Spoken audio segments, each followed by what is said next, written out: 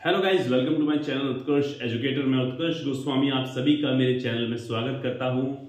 आज हम part third में आ गए हैं। जनरल इंटेलिजेंस और रीजनिंग के कुछ इंपॉर्टेंट क्वेश्चंस की जो हमने सीरीज स्टार्ट की थी उसका आज हम पार्ट 3 करने वाले हैं। पिछले हम दो पार्ट्स में हमने वर्ड एनालॉजी और न्यूमेरिकल एनालॉजी के क्वेश्चंस किए थे। अगर आपने वो वीडियो सेशंस नहीं देखे हैं तो आप डिस्क्रिप्शन में जाके वो वीडियोस जरूर देखें, जिसमें मैंने वर्ड एनालॉजी और न्यूमेरिकल एनालॉजी के क्वेश्चंस आपको कराए थे। पार्ट 1 में हमने वर्ड एनालॉजी के क्वेश्चंस किए थे जो कि बहुत सारे वेरियस कॉम्पिटिटिव एग्जाम्स में पूछे गए थे, और सेकंड पार्ट में हमने न्यूमेरिकल एनालॉजी के क्वेश्चंस किए थे। तो मैंने आपको एग्जाम्स के पॉइंट ऑफ व्यू से, जो कि बहुत सारे एग्जाम्स में पूछे गए थे क्वेश्चंस एनालॉजी से रिलेटेड, तो वो क्वेश्चंस मैंने इन दो पार्ट्स में रखे थे और उनका कॉन्सेप्ट भी मैं आपको समझाया था। इस तरह से अगर कोई भी क्वेश्चन आपके सामने आए तो कौन सी पॉसिबिलिटीज हो सकती हैं, किस तरह से आपको पैटर्न को आइडेंटिफाई करके क्वेश्चन को सॉल्व करना है।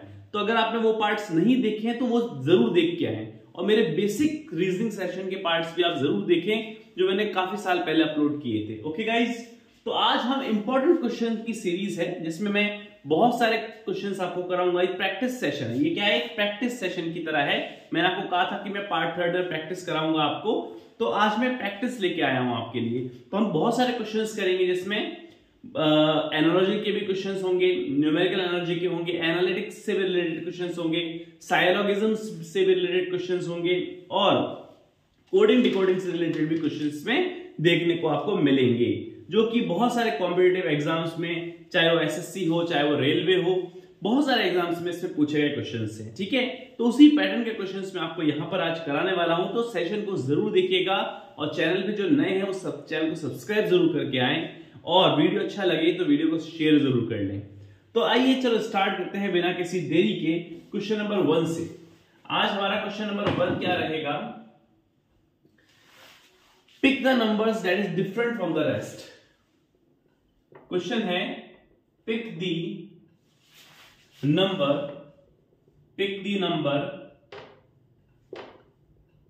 that is different from the rest, okay? तो pick the numbers that is different from the rest। Better experience के लिए वीडियो को 1.5 पे आप चला सकते हैं, तो आपका टाइम भी बच जाएगा और आपको समझ में भी आ जाएगा जल्द से जल्द। ओके, तो मैं अपनी स्पीड से ही बोलूंगा और स्पीड से ही समझाऊंगा। तो pick the number that is different from the rest. यहां पर आपको ऑप्शंस दे रखे हैं, 2 4 2 1। बी ऑप्शन गाइस दे रखा है यहां पर 7 2 6 1। सी ऑप्शन आपको गिवन है 5 4 7 2, एंड डी ऑप्शन आपको यहां पर गिवन है 4 8 4 2। अब देखो, वीडियो को पॉज करके पहले आप इसको सॉल्व करें, ठीक है? इसके लिए 15 सेकंड्स का टाइमर लगा लें और 15 सेकंड के बाद वीडियो को दोबारा से प्ले करिए।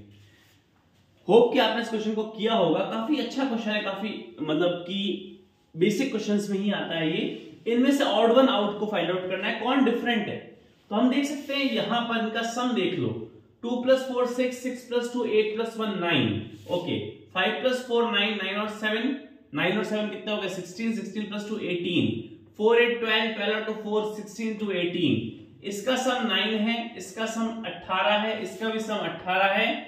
यानी कि ये जो तीनों ऑप्शन है ये 9 के मल्टीपल हैं। और इसका ऑप्शन देखो 7 + 2 9 9 और 6 15 15 और 1 16 आ रहा है। इसका सम 16 आ रहा है, जो कि 9 का मल्टीपल नहीं है, तो यही ऑप्शन करेक्ट होगा। अगर आप 9 के मल्टीपल से देखो ना, 9 के मल्टीपल से तो देखो इसका सम 9 आ रहा है, इसका सम 18 आ रहा है, इसका सम 18 आ रहा है। मतलब ये तीनों ऑप्शन तो 9 की टेबल में आ रहे हैं, मतलब 9 के मल्टीपल्स हैं, और बी ऑप्शन 9 का मल्टीपल नहीं है, तो मेरे लिए तो यही ऑड वन है। और अगर आप इसको एक और पॉइंट ऑफ व्यू से देखो तो 24 21, ये 3 8 जा 24, ये 3 7 जा 24, ये 54 72, 6 9 जा 54, 6 12 जा 72। उसी तरह आपका जो 48 42 है, ये भी 6 की टेबल से आ रहा है, 6 8 जा एंड 6 7 जा। ये सेम टेबल के मल्टीपल है, सेम टेबल के मल्टीपल है। सेम सेम टेबल के मल्टीपल हैं, पर 72 61 ये 9 8 या 72 तो होता है, पर क्या ये 9 का मल्टीपल है? नहीं है, ये 9 का मल्टीपल नहीं है आपका, इसलिए 72 61 ही यहां पर ऑड वन होगा, जो कि सभी से डिफरेंट है। यहां देखो 24 21 ये 3 का मल्टीपल, ये 6 का मल्टीपल, ये भी 6 का मल्टीपल, तो अपन ये कह सकते हैं कि जो ए सी डी ऑप्शंस हैं ये तो सेम नंबर्स के मल्टीपल ही दे रखे हैं एक तरह से। इसमें जो दो पेयर्स हैं ये दोनों ही किसी एक नंबर का मल्टीपल हैं, जबकि 72 और 61 ये किसी एक नंबर का मल्टीपल नहीं है, इसलिए बी ऑप्शन क्या हो जाएगा बेटा? करेक्ट हो जाएगा। तो मैंने दोनों मेथड समझा दिया, एक प्लस करके भी समझा दिया और एक ये मैंने मल्टीपल वाले मेथड से भी आपको समझा दिया, दोनों में ही बी ऑप्शन करेक्ट आ रहा है। वैसे ये मल्टीपल वाला ऑप्शन ज्यादा एक्यूरेट है, इससे आपको पता चल गया कि भाई हाँ ये दोनों पेयर तो मल्टीपल्स हैं, ये दोनों पेयर सेम नंबर के मल्टीपल, ये 6 की टेबल में आता है। क्या 72 और 61 किसी एक टेबल में आते हैं? नहीं आते, तो बी ऑप्शन ही क्या हो जाएगा? ऑड वन हो जाएगा। ओके, इसी तरह का एक और क्वेश्चन अपन करते हैं, सेम टू सेम क्वेश्चन है। क्वेश्चन वही है, pick the number that is different from the rest. तो क्वेश्चन नंबर 2 डाल लेते हैं, इसके ऑप्शंस चेंज कर देता हूं मैं। इसके ऑप्शंस हैं 6 2 1 6, बी ऑप्शन दे रखा है 5 1 2 5, सी ऑप्शन दे रखा है 7 3 43 एंड डी ऑप्शन आपको दे रखा है 9 516। वीडियो को पॉज करिए और सॉल्व करने की कोशिश करें। देखिए करना कुछ भी नहीं है, ऑड वन फाइंड आउट करना था, तो अपन यहां देख रहे हैं 6 2 16, क्या इसमें क्या पैटर्न लग रहा है? 6 2 16, देखो 216 किसका क्यूब होता है? 6 का ही क्यूब होता है ना। इसमें देखो 5 125, जो 125 है वो इसी नंबर का यानी 5 का ही क्यूब है। उसी तरह 743 7 343 में जो ये 343 है ये भी 7 का ही क्यूब है, 7 का ही क्यूब यानी इसी नंबर का क्यूब है। मतलब जो पहला नंबर दे रखा है उसका क्यूब यहां दे रखा है, जो पहला नंबर दे रखा है उसका क्यूब यहां दे रखा है, जो पहला नंबर दे रखा है उसका क्यूब यहां दे रखा है। तो क्या 9 का क्यूब 516 होता है? नहीं होता। 516 तो किसी का भी क्यूब नहीं होता, 516 तो किसी का भी क्यूब नहीं होता। और अगर यहाँ 512 भी होता, 512 भी होता तो 512 तो 8 का क्यूब होता है, 512 तो 8 का क्यूब होता है, 9 का नहीं होता, तो अभी डी ऑप्शन ही करेक्ट होता। दोनों ही केसेस में यहाँ 516 था चाहे 512 था उसका कोई मतलब नहीं। अगर 512 भी होता तो 512 8 का क्यूब है, जबकि यहां पर जो नंबर दे रखा है उसी का क्यूब सामने लिखा हुआ है। 6 का क्यूब 216, 5 का क्यूब 125, 7 का क्यूब 343, 9 का क्यूब क्या होता? 729 होता। अगर ये होता ऑप्शन में 9729 तो अपन कह सकते थे कि ये करेक्ट है, ये होना चाहिए था ना, इसकी जगह ये होना चाहिए था, क्योंकि 9 का क्यूब क्या होता है? 729, दिस इज 9 क्यूब, तो ये तो 8 का क्यूब आ गया, इसलिए ये गलत हो जाएगा, ये ऑड वन रहेगा, मतलब डी ऑप्शन यहां पर करेक्ट हो जाएगा। होप आपको समझ में आया होगा क्वेश्चन। ओके, क्वेश्चन नंबर 3 में आते हैं। क्वेश्चन नंबर 3 देखो, ये कोडिंग डिकोडिंग का क्वेश्चन है। If rock is coded as, rock को कोड किया गया है 11 3 15 18, 11 3 15 18 and mock is coded as, mock को कोड किया गया है 11 3 15 13, 11 3 15 13। सो पूछा गया है how will you code, how will you code DOM, DOM को कैसे कोड करोगे? बी कोडेड, या how will you code DOM, how will you code DOM. तो डोम का कोड यहां लिखे हुए आपके ऑप्शन दे रखे हैं 5 15 13 4, बी ऑप्शन दे रखा है 5, ये ऑप्शन थोड़े से मैं बड़े फिर लिखूंगा तो फिर समझ में नहीं आएगा, मैं साइड में लिख देता हूं यहां पर 5 15 13 4, बी ऑप्शन दे रखा है 5 14 13 4, सी ऑप्शन दे रखा है 5 13 15 4 और डी ऑप्शन आपको दे रखा है 5 4 13 14। वीडियो को पॉज करके सॉल्व करने की कोशिश करें। रॉक का कोड ये है, मॉक का कोड ये है, तो डोम का कोड क्या होगा वो आपको बताना है। कोडिंग एंड डिकोडिंग का क्वेश्चन है बेटा। होप कि आपने सॉल्व करने की कोशिश की होगी। देखो रॉक की बात करें तो R 18 नंबर पे आता है, O 15 नंबर पे, C 3 नंबर पे, K 11 नंबर पे। तो कोडिंग कैसे की गई है देखो, इसको लिख लिया गया यहां, इसको लिख लिया गया यहां, इसको लिख लिया गया यहां, इसको लिख लिया गया यहां। तो 11 3 15 18 ऐसे कोड बना है। उसी तरह अगर हम मोक की बात करें तो मोक में यहां 13 नंबर, के में यहां 11 नंबर, ओ तो यहां 15 है और सी यहां 3 है। तो 11 3 15 13। तो उसी तरह आपका डोम का कोड बन जाएगा। तो डोम का कोड बना दो। डोम डी कितने नंबर पे है? 4 नंबर पे, तो 4 उधर लिखा जाएगा। ई कितने नंबर पे? 5, तो 5 इधर लिखा जाएगा। ओ 15 यहां, एम 13 यहां। तो 5 13 15 4, 5 13 15 4। सी ऑप्शन आपका करेक्ट हो जाएगा। बड़ा ही अच्छा क्वेश्चन, कुछ भी नहीं है। सॉरी। कोड कैसे किया गया है? R 18 पे था तो 18 को उधर लिख दिया, 11 को इधर लिख दिया, 15 को ऐसे, C 3 नंबर पे था तो इसको ऐसे लिख दिया। तो 11 3 15 18। मॉक को भी देखो, M का 13 उधर, K का 11, K 11 नंबर पे आता है, 11 इधर, O 15, C 3। डोम में भी फिर ऐसे ही कोड होगा। D 4 नंबर उधर लिख दो, E 5 नंबर इधर लिख दो, O 15, M 13। मतलब क्रॉस वे में इस पे कोड किया गया है। तो ऐसे क्वेश्चन जिनको एक्सपर्ट हैं, जो कोडिंग डिकोडिंग कर चुके हैं, वो तो नॉर्मल वे में आसानी से कर लेंगे, इजीली इस क्वेश्चन को कर सकते हैं। ठीक है। हाँ, बेसिक वाले स्टूडेंट्स के लिए थोड़ा सा टिपिकल हो सकता है। बेसिक वाले स्टूडेंट्स जो कि पहली बार कोडिंग डिकोडिंग कर रहे हैं, उनको ये समझ में भी नहीं आएगा। तो बेसिक सेशन देख के आए, क्योंकि यहाँ पर अपन बेसिक नहीं कर रहे, अब थोड़े एडवांस क्वेश्चंस, कॉम्पिटिशंस के क्वेश्चंस कर रहे हैं। ठीक है। सॉरी। ओके गाइस, तो ये क्वेश्चन नंबर 3 था, आपको समझ में आया होगा होप।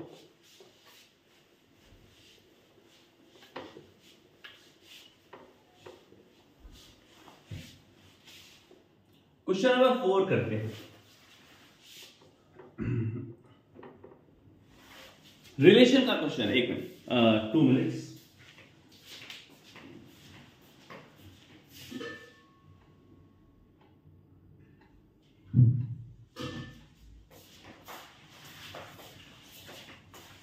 रिलेशन का क्वेश्चन है।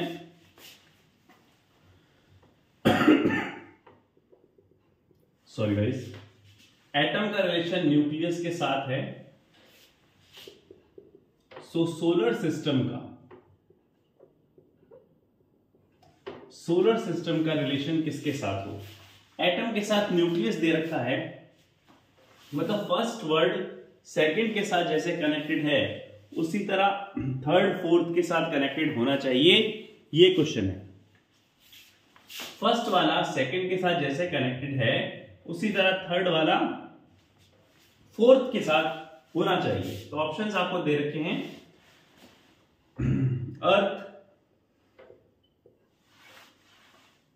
B is moon, C is asteroid, D is sun। Video को पॉज करें, सॉल्व करने की कोशिश करें।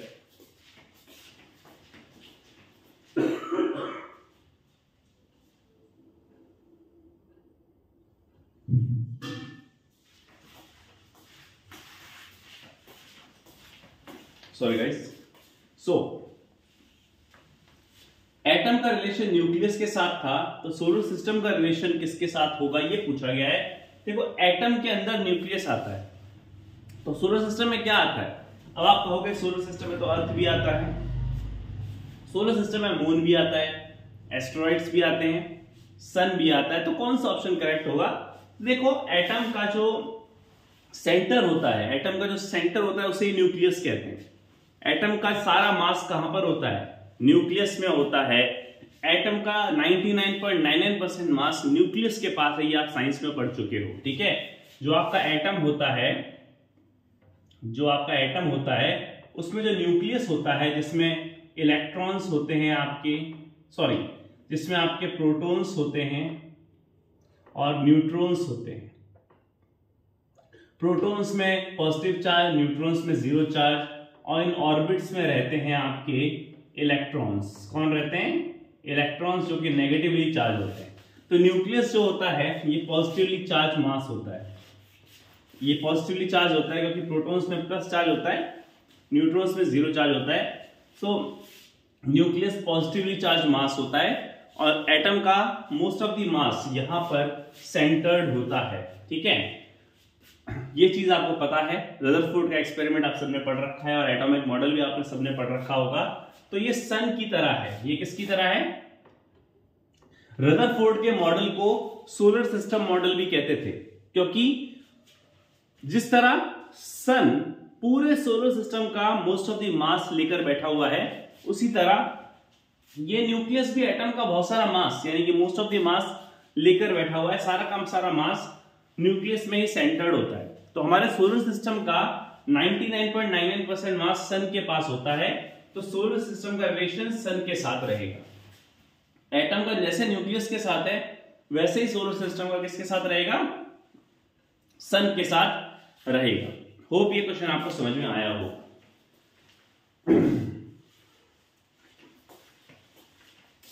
ओके गाइस, सो ये रिलेशन वाले क्वेश्चंस थे। ओके, क्वेश्चन नंबर 5 में आते हैं। ये अच्छा क्वेश्चन है, देखो। Point A is 60 metre to the north of point B. Point A is 60 metre to the north of point B. देखो, सारे क्वेश्चंस में सेलेक्टेड क्वेश्चंस ही लाया हूं आपके लिए, और सारे important questions. Point A 60 metre to the north of point B. Point A जो है वो 60 मीटर नॉर्थ की तरफ है पॉइंट बी से। हिंदी में भी बोलता जा रहा हूं मैं, ताकि हिंदी मीडियम वाले समझ सकें। वैसे यहां पर रीजनिंग में हिंदी इंग्लिश का कोई फर्क नहीं है। Point B is 80 metre to the east of point C. जो पॉइंट बी है वो 80 मीटर पूर्व दिशा की तरफ है, किससे? पॉइंट सी से। So how far and in which direction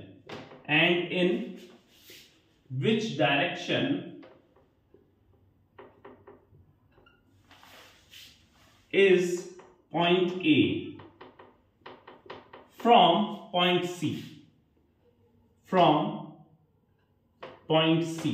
ये पूछा गया है कि पॉइंट A 60 मीटर नॉर्थ है पॉइंट B से, पॉइंट B 80 मीटर ईस्ट की तरफ है पॉइंट C से।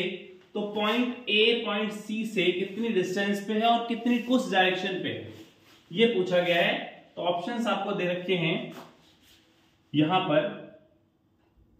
100 metre north east, B option आपको दे रखा है 50 metre north east, C option आपको दे रखा है 100 मीटर साउथ ईस्ट, और डी एंड फाइनल ऑप्शन आपको दे रखा है 70 मीटर साउथ ईस्ट। वीडियो को पॉज करके सॉल्व करें। देखो, डायरेक्शंस बना लेते हैं। This is north, this is east, this is south and this is west. So A जो है वो 60 मीटर नॉर्थ की तरफ है, तो A जो है B से 60 मीटर, ये A है आपका और ये आपका B होगा।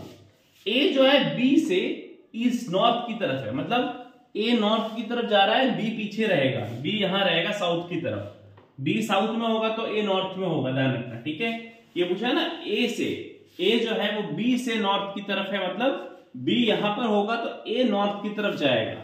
नॉर्थ डायरेक्शन ये है हमारी, this is north, this is south, this is west. So ये हो गया आपका 60 मीटर। अब जो B है ना बेटा, वो C से 80 मीटर ईस्ट की तरफ है। अब B, ध्यान रखना, B तो यहीं पड़ा है, C से ये ईस्ट की तरफ है, C यहां होगा, तो B C से ईस्ट की तरफ है कितना? 80 मीटर। सो ए और सी के बीच में डिस्टेंस निकाल लो, तो इसको कंप्लीट कर देते हैं। दिस इज द ट्राइंगल, ये ट्राइंगल बन गया। ये 90 डिग्री का ट्राइंगल है, तो यहाँ पाइथागोरस थ्योरम लग जाएगी। सो यहां पर आपको AC निकालना है। AC का square is equals to 60 square plus 80 square. Hypotenuse का square perpendicular square plus base square होता है, सभी जानते हैं। 3600 प्लस 6400 हो जाएंगे 10,000।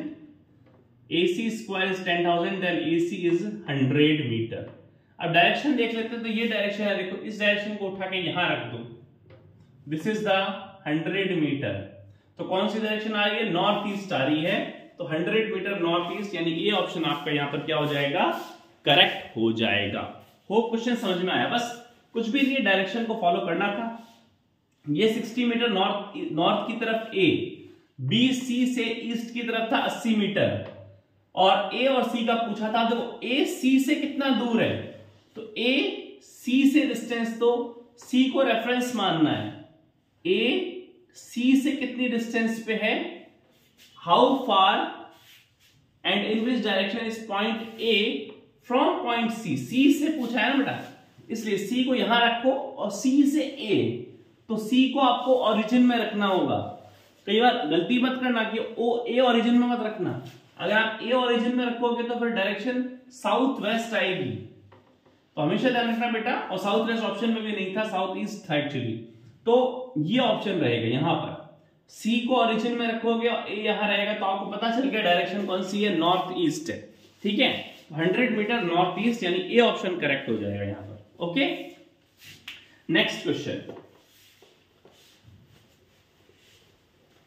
Question number 6।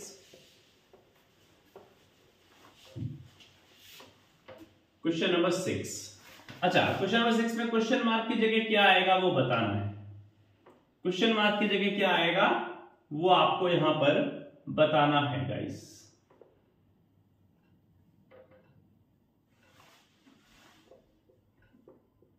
तो ये मैंने टेबल बना दी, टेबल वाला क्वेश्चन है एक्चुअली। यहां तो आपको दे रखा है 52, यहां दे रखा है 13, 15, 28, और यहां क्वेश्चन मार्क है। तो देखो बच्चों वाला क्वेश्चन, पर आप दिमाग लगाइए, कोई दिक्कत की बात नहीं है। ऐसे क्वेश्चन भी एग्जाम में आ जाते हैं जो कि कुछ भी नहीं होती, और जल्दबाजी में हम गलतियां कर देते हैं। अब बच्चे यहां पर एडिशन में गड़बड़ करेंगे। सभी को पता चल गया है कि 12 और 14 26 होते हैं। यहां जो ट्रिक लगी है, 12 प्लस 14 बराबर 26, और 26 में 12 प्लस 14 जोड़ो। 26 में 12 प्लस 14 जोड़ोगे तो ये 14 और 12 कितने हो गए? 26, 26 से 26 52, मतलब ये 26 का ही डबल है। ये जो नंबर है ये 26 इंटू 2 करने पर आएगा, तो ये 28 इंटू 2 करने पर आना चाहिए, मतलब कि 56 इसका आंसर हो जाएगा। और जोड़ के भी देख लो, 13 प्लस 15 28 हो गए, और 28 प्लस 13 प्लस 15 है तो डबल ही, तो कितना हो गए? 56, 56, यानी बी ऑप्शन। तो क्वेश्चन मार्क की जगह यहां पर क्या आएगा? 56 इंच। ठीक है, 56 इंच का सीना आ गया गाइस, तो 56 आ गया यहां पर। ठीक है, video is not sponsored by Modi ji. Okay guys, तो 56 is the answer. Okay, so question number 6 हमने कर लिया है गाइस, एंड क्वेश्चन नंबर 7 पे हम आते हैं।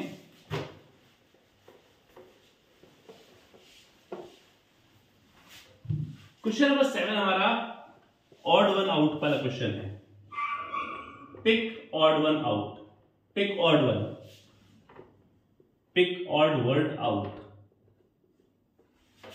यानी कि विषम शब्द का चयन करें। हिंदी में कहें विषम शब्द का चयन करें। अच्छा क्वेश्चन है काफी। लांस नाइक, समझ गए होंगे जो आर्मी की तैयारी कर रहे हैं, उनसे रिलेटेड क्वेश्चन है। Captain C, lieutenant colonel, lieutenant colonel, and D option आपको दे रखा है विंग कमांडर, विंग कमांडर। इसमें से ऑड वन कौन सा है ये आपको बताना है। वीडियो को पॉज करके सॉल्व करें। देखो गाइस, लांस नाइक, कैप्टन और लेफ्टिनेंट कर्नल, ये तो इंडियन आर्मी की रैंक्स है। ये किसकी रैंक है? हमारे इंडियन आर्मी रैंक्स हैं। इंडियन आर्मी में जो रैंक्स होती हैं उसमें लांस नाइक आता है, कैप्टन आता है, लेफ्टिनेंट कर्नल आता है, ठीक है। उसके बाद जो विंग कमांडर है ये आपकी एयरफोर्स की है। ये किसकी है? एयरफोर्स की रैंक है। जो एयरफोर्स का सीनियर ऑफिसर होता है उसे अपन विंग कमांडर कहते हैं, ठीक है। लांस नाइक जो कि सोल्जर्स के ग्रुप ट्रूप्स को कमांड करता है, captain officer rank, lieutenant colonel senior officer rank होती है, एंड विंग कमांडर जो होती है ये एयरफोर्स में सीनियर ऑफिसर रैंक है। तो ये एयरफोर्स की रैंक है, तो इसमें ऑड वन हो जाएगा विंग कमांडर, बिकॉज ये तीनों ऑप्शन तो आर्मी से रिलेटेड है, इंडियन आर्मी से, एंड जो विंग कमांडर है आपका वो एयरफोर्स से रिलेटेड है, इसलिए यहां पर डी ऑड वन रहेगा, ठीक है। तो क्वेश्चन नंबर 7 आपने समझ लिया होगा अच्छी तरह से।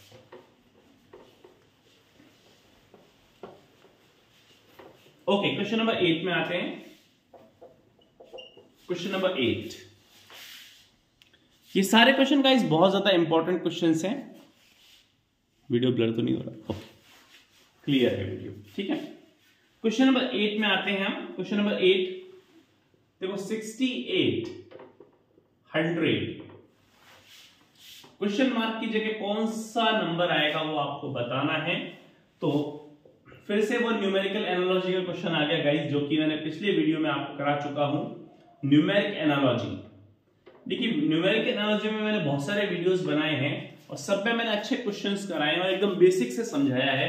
तो आप वो वीडियोस जाके देखोगे तो न्यूमेरिकल एनालॉजी आपको कहीं से भी समझने की जरूरत नहीं है, ठीक है। 68, 100 कुछ भी नहीं है। 68 क्या होता है? 6 का स्क्वायर प्लस 8 का स्क्वायर होता है, जो कि 100 दे रखा है। ये नंबर 6 का स्क्वायर प्लस 8 स्क्वायर है, तो ये वाला जो नंबर आएगा वो 4 का स्क्वायर प्लस 5 का स्क्वायर हो जाएगा, मतलब 16 प्लस 25 कितना हो जाएगा? 41 हो जाएगा।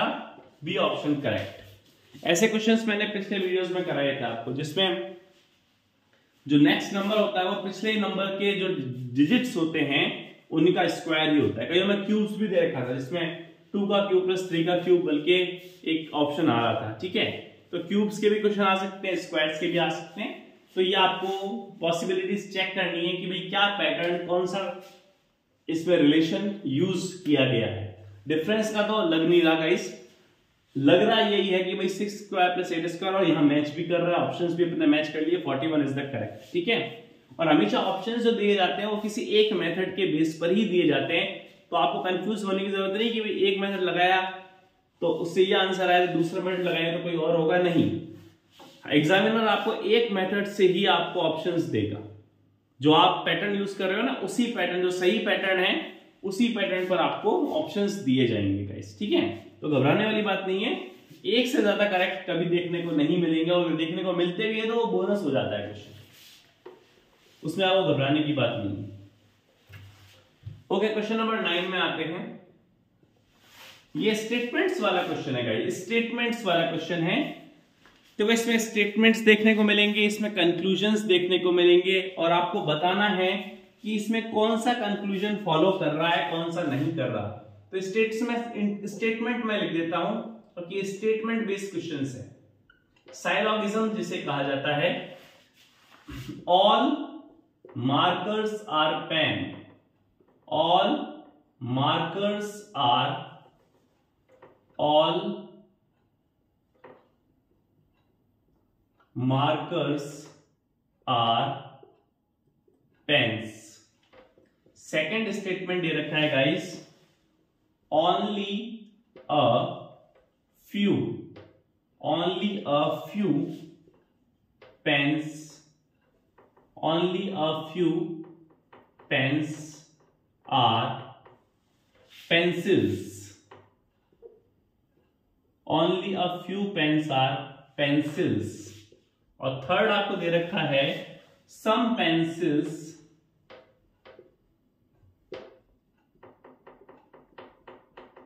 some pencils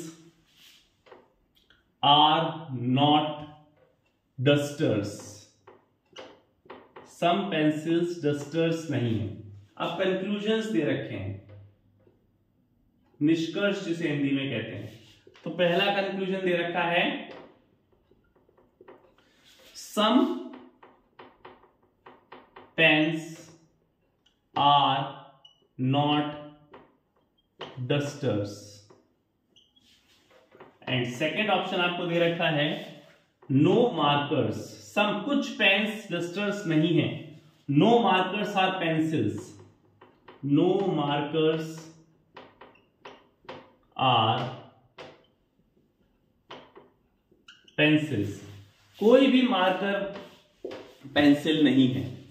तो देखो स्टेटमेंट दे दिए कि all markers are pens, only a few pens are pencils, some pencils are not dusters, and conclusion दे दिया कि some pens are not dusters and no markers are pens.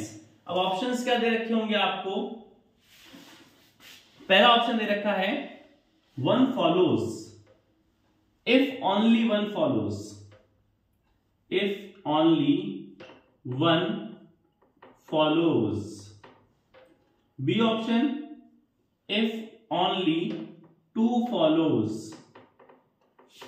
C option if either one or two follows, मतलब दोनों में से कोई एक, दोनों में से कोई एक फॉलो करता है। और डी ऑप्शन दे रखा है no conclusion, no conclusion follows, no conclusion follows, कोई भी कंक्लूजन फॉलो नहीं करता, no conclusions follows, no conclusions follows, कोई भी कंक्लूजन फॉलो नहीं करता। ये चार ऑप्शन दे दिए हैं, तो कौन सा करेक्ट होगा? देखो साइलोगिज्म में देखो ये ऑल वाला क्वेश्चन हो गया, ठीक है, ऑल जहां आता है, ओनली अ फ्यू आता है, सम आता है, इन्हीं की वैल्यू होती है all, only a few and some, ठीक है। तो देखो ओनली अ फ्यू की बात करें तो क्या पूछा गया? ओनली अ फ्यू, थोड़े कुछ, ओनली अ फ्यू, थोड़े कुछ जो है pens are pencils and some pencils are not dusters, कुछ पेंसिल्स डस्टर्स नहीं है, और ऑल मार्कर्स आर पेन्स, सारे मार्कर्स पेन्स हैं। तो ऐसे क्वेश्चंस को करने के लिए वेन डायग्राम बनाना जरूरी होता है।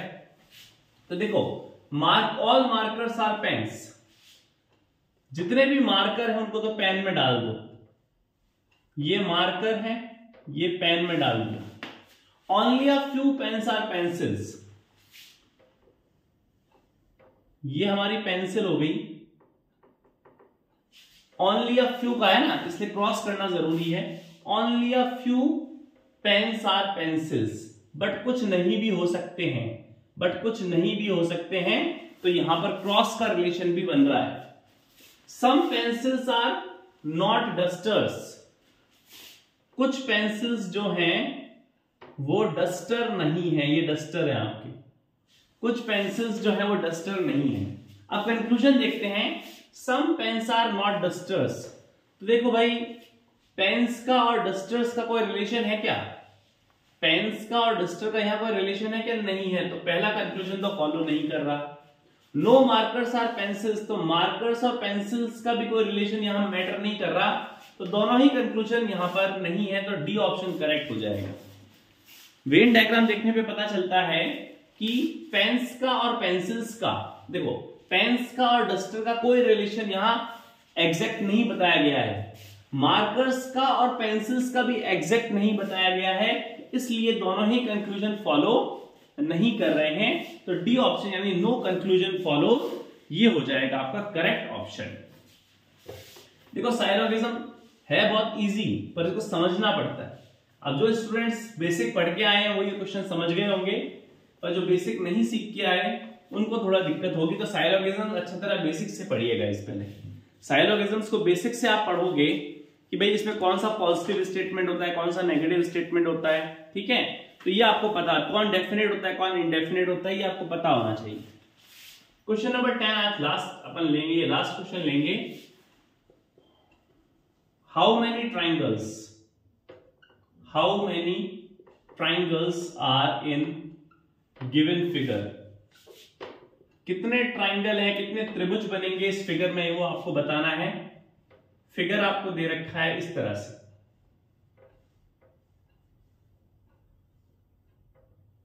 दिस इज द फिगर, और इस फिगर में आपको बताना है नंबर ऑफ ट्राइंगल्स के बारे में। तो ऑप्शन आपको दे देते हैं, ऑप्शन है 12, 10, सी 14 और डी आपको दे रखा है 13। जल्दी से बताइएगा, इस बहुत ही आसान, काउंट भी कर सकते हो आराम से। 1 2 3 4 5 6 7 8 9 10 11 12 और ये बीच वाला 13, तो 13 और एक और है ना 14, ये हो गया 14 आपका। ठीक है, देखो 1 2 3 4 5 6 7 8 9 10 11 12 13 और ये 14 बीच का, तो 14 हो जाएगा इसका करेक्ट आंसर। और अगर ऐसे काउंट नहीं किए जाए तो आपको साइड्स काउंट करनी है। इसकी ट्रिक बता देता हूं, number of triangles find out करने की ट्रिक ये है, n-3 मल्टीप्लाई बाय 2। n होते हैं नंबर ऑफ साइड्स, 1 2 3 4 5 6 7 8 9 10, तो 10 में से 3 गए और इंटू 2 कर दो बस, 7 इंटू 2 कितने हो जाएगा 14।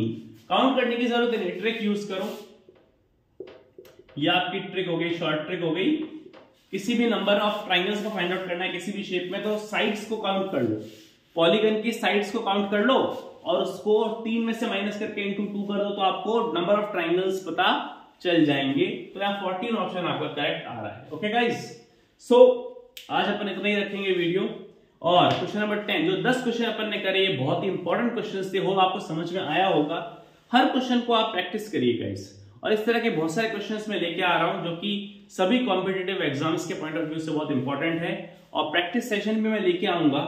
और जो टेलीग्राम ग्रुप में जुड़ना चाहेंगे स्टूडेंट्स, उनके लिए मैं प्रैक्टिस शीट भी लेके आऊंगा, तो मेरा टेलीग्राम चैनल भी मैं लिंक दे दूंगा डिस्क्रिप्शन में, उसको आप ज्वाइन कर लें। Okay guys, thanks for watching, have a good day, जय हिंद।